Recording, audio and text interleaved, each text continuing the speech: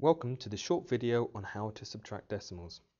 Now, if you can subtract numbers like 62, take away 38, numbers that do not include decimals, then you can also subtract numbers that do. So let's just quickly check whether we can do this. Traditionally, we line up the tens and the units, okay, and then deal with the columns separately. Now, 2 take away 8 in the method that we use, we can't do. So we borrow a 1 from the tens column, and by borrowing 1 we can reduce that by 1, and now we can do 12 take away 8 gives 4, and 5 take away 3 gives 2. So this answer is 24.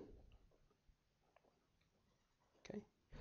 But if the question was 6.2 take away 3.8, then the method is identical, but all we have to do now is line up the decimal point so that the units are still above the units, the tenths are still above the tenths, and in the answer it's the same. So we still borrow 1 from the value above, or the units in this case now, and then we can subtract. Do 12 take away 8 gives 4, and 5 take away 3 gives 2. And the answer now is 2.4, because the answer has a decimal point in it as well, which is lined up. Identical method, you just have to remember to line up the decimal points. Let's do another example.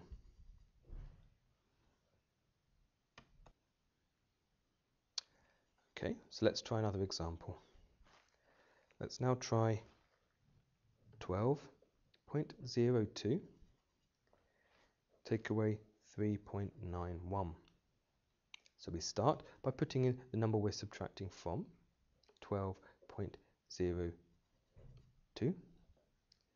Now we have to be careful to line up the number we are subtracting underneath, so the decimal point lines up, so that the 3 lines up under the 2 because it's 3 units, then the 9 lines up under the 0, and the 1 lines up under the 2. So it all lines up using decimal point as a reference, so we know where the units stop and the tenths start, and we're subtracting. Okay, so 2 take away 1 is 1. The 9 is bigger than the 0, so we're going to have to increase that, and by doing that, by borrowing a 1 from this, the units, that reduces, we can then have 10 take away 9, which we can do. 10 take away 9 is 1. Now, we also have to borrow this one. And 11 take away 3 is then 8. So we're left with 8.11, and that is our answer. So we've lined up the decimal point, and then we've completed the subtraction just as you would if there was no decimal points in your question.